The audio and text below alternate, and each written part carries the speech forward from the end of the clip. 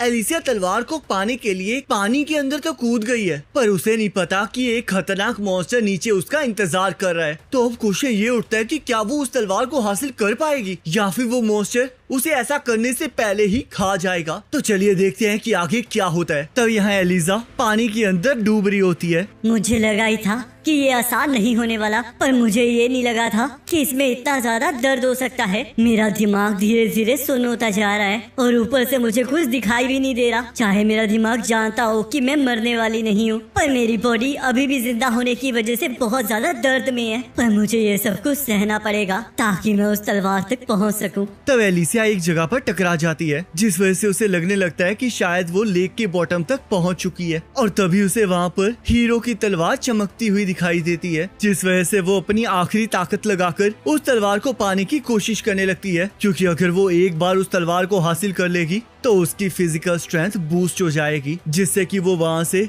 आसानी से बाहर निकल पाएगी। तब हम देखते हैं जैसे ही एलिसिया उस तलवार तक पहुँचने लगती है, वैसे ही वहाँ पर रह रहा एक मॉन्स्टर अपनी आँख खोल लेता है, जिस वजह से उसे एहसास हो जाता है कि वो इस टाइम एक मॉन्स्टर के ऊपर है, जिस वजह से वो और ज्यादा जल्दी जल्दी उस तलवार को पाने की कोशिश करने लगती है। तभी वो मॉन्स्टर उस तलवार के साथ साथ एलिसिया को भी अपने मुंह में खींच लेता है। पर हम देखते हैं एलिसिया ने उस तलवार को हासिल कर लिया होता है और उसे अपने फादर की बात याद आ जाती है। एलिसिया, चाहे तुम्हारी बाजुएं एक आदमी की बाजुओं से कमजोर हो, पर तुम उनसे बेहतर तलवार की स्ट्रेंथ को बाहर ला सकती हो, तो इसलिए तुम एक बहुत अच्छी हीरो बनोगी। तब एलिसिया उस तलवार की पावर को यूज करती है और उस मॉन्स्टर के मुंह से आजाद होकर उस तलवार की मदद से ऊपर जाने की कोशिश करने लगती है। पानी ने तो इस तलवार की पावर को और ज्यादा स्ट्रॉन्ग बना दिया है, तो इसका मतलब वो हीरो इस एनवायरनमेंट में इसलिए हारा होगा क्योंकि ये मॉन्स्टर यहाँ पर रह रहा है। ये तो इतना बड़ा है कि इसे देखकर तो किसी को भी विश्वास नहीं होगा कि ये इसी दुनिया का है। सुना है कि डार्क बीस्ट 10,000 सालों से भी ज्यादा जिंदा रह सकते हैं और वो काफी टाइम तक सोते रहते हैं, जिस वजह से उन्हें कोई नहीं देख पाता। तो इसका मतलब ये मॉन्स्टर भी यहाँ पर सो रहा था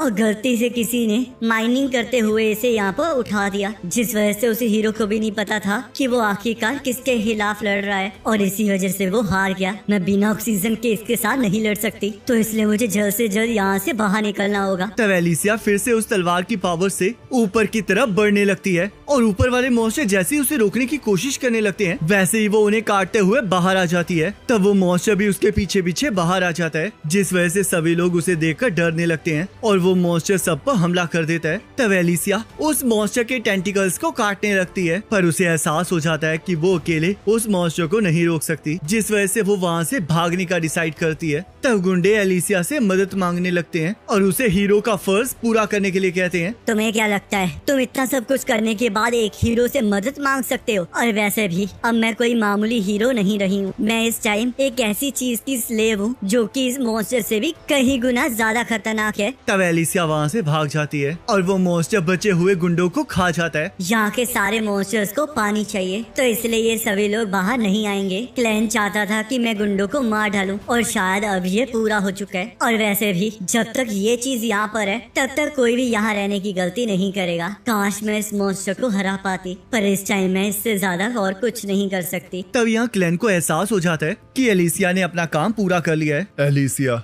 तुम्हारे अंदर जो ब्लड है उससे मुझे पता चल चुका है कि तुमने काम पूरा कर लिया है, पर लगता है ये बहुत ज्यादा मुश्किल था। क्या तुम मजाक कर रहे हो? तुम्हें पता था ना मैं किससे लड़ रही हूँ, तो आखिरकार तुमने मेरी मदद क्यों नहीं की? माफ करना, मैं यहाँ पर खुद प्रॉब्लम में फंसा हूँ। आखिरकार डार्क बीस्ट के लॉर्ड को कैसी प्रॉब्लम हो सकती है? मैं इस टाइम ह्यूमन फॉर्म में हूँ और मेरे सामने एक ऐसी टेक्निक आ गई है जिसके बारे में मुझे कुछ पता नहीं है, और ऊपर से तुमने भी मुझे मैजिक के बारे में कुछ नहीं बताया। तो अब जल्दी से मेरे पास आ जाओ ताकि मैं तुम्हें इसकी सजा दे सकूं। तब यहाँ क्लैन ने बैटी को हरा दिया होता है और ब्रो को अपनी मैजिक की मदद से वहाँ से बचकर भाग चुका होता है, पर उसे समझ नहीं आ रहा होता कि क्लैन ने बैटी को इतनी आसानी से हरा कैसे दिया। तभी वो अचानक से नेल के साथ टकरा जाता है, जहाँ पर उसे लूना भी मिल जाता है। तब एलिसिया भागकर क्लैन के पास पहुँच जाती है और वहाँ पर बहुत सारी रेड स्मोक भी हुई होती है, जिसके बारे में वो क्लैन से पूछने लगती है। ये स्मोक नॉर्मल एनिमल्स के ऊपर काम नहीं कर रही है और तुम पर भी इसका कोई असर नहीं हो रहा। इसका मतलब यही है कि इसका असर सिर्फ डार्क बीस्ट पर होता है, और शायद यही वो कारण है जिस वजह से मैं अभी ना सूंघ पा रहा हूँ और ना ही कुछ सुन पा रहा हूँ। वैसे तो मैं ट्रांसफॉर्म होके सब कुछ उड़ा सकता हूँ, पर फिर ये पूरी की पूरी केव टूट जाएगी, जिससे कि लूना को खतरा भी हो सकता है, क्योंकि मुझे नहीं पता कि इस टाइम वो कहाँ पर है। लूना को मैंने नेल के साथ भेजा था,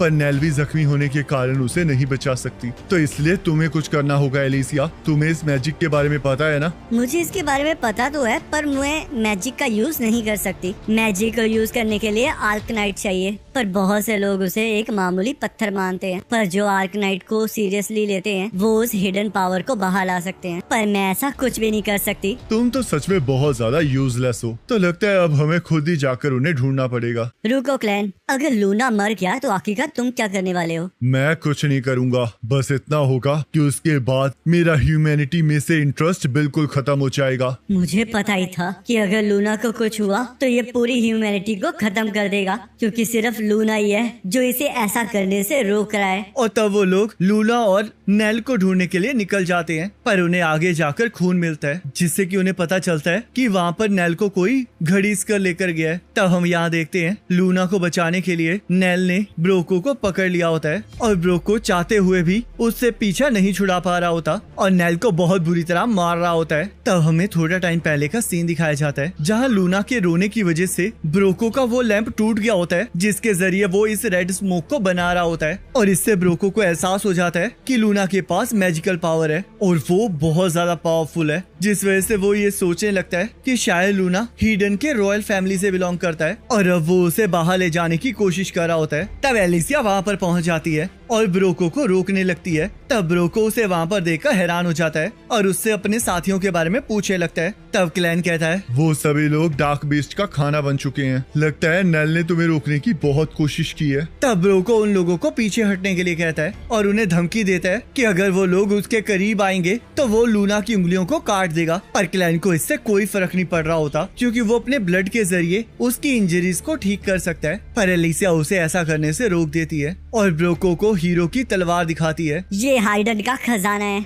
जिसे मैंने लेक की गहराइयों से निकाला है, और तुम्हें यही चाहिए था ना? तो जाओ इसे उस दीवार से निकाल लो। पर इसे निकालने के लिए तुम्हें अपने दोनों हाथों का इस्तेमाल करना होगा, और उस वजह से तुम्हें लूना को छोड़ना ही पड़ेगा। पर अगर तुमने कुछ भी गड़बड़ की तो मैं तुम्हें मार डालूंगी। तो चलो अब डिसाइड करो कि तुमने क्या करना है। मुझे यकीन नहीं हो रहा कि तुम हीरो की तलवार को मुझे इतनी आसानी से दे रही हो। इसका मतलब यही हो सकता है कि ये बच्चा सच में हाइडन की रॉयल फैमिली से बिलोंग करता है, और तुम्हारी शक्ल देख के ये चीज कंफर्म हो रही है। पर इसे बचाने के लिए एक तलवार काफी नहीं है, तो इसलिए अगर तुम इस लड़के को बचाना चाहती हो तो जल्दी से बताओ, आखिरकार तुम्हारे उन 13 साथियों की तलवारें कहाँ पर हैं? वो सारी तलवारें लूना माउंटेन की गहराई में हैं, और अगर तुम्हें वो चाहिए तो तुम्हें उसे खुद हासिल करना पड़ेगा। बिल्कुल, मैं उसे जरूर हासिल करूंगा। तुम्हें लग रहा होगा ना कि मैं उन्हें नहीं हासिल कर सकता, पर तुम गलत हो। देखो मेरे पास ये इनविजिबिलिटी मैजिक है, और ऊपर से मेरे पास रॉयल ब्लड का मैजिक भी है, जिससे कि मेरा मैजिक परफेक्ट हो सकता है। तब ब्रोको अपने और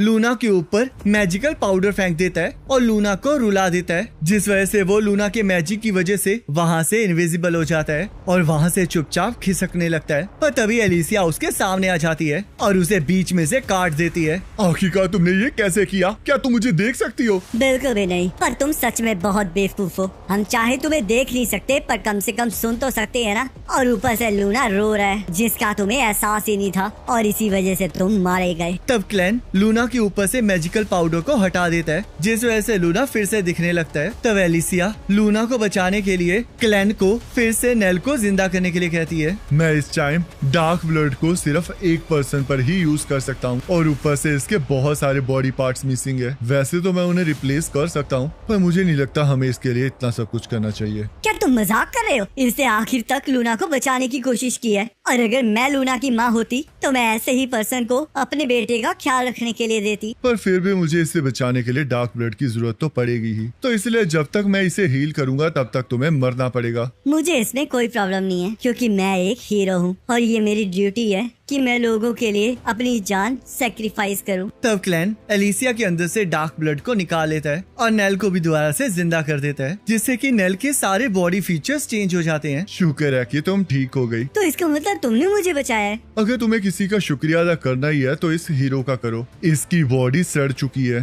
पर ये बहुत जल्दी ठीक हो जाएगी क्योंकि ये बहुत ज्यादा ताकतवर है। तब एलिसिया फिर से जिंदा हो जाती है और उठते ही अपनी तलवार को ढूंढने लगती है। तब क्लेन नेल को लूना दे देता है और उसे अपने साथ बाहर चलने के लिए कहता है, जिसके लिए नेल मान जाती है। और गाइस इसी के साथ ये एपिसोड खत्म हो जाता है। अब नेक्स्ट एपिसोड का लिंक आपके स्क्रीन पर आ रहा होगा, उस पर क्लिक करके अगले एपिसोड को देख सकते हैं।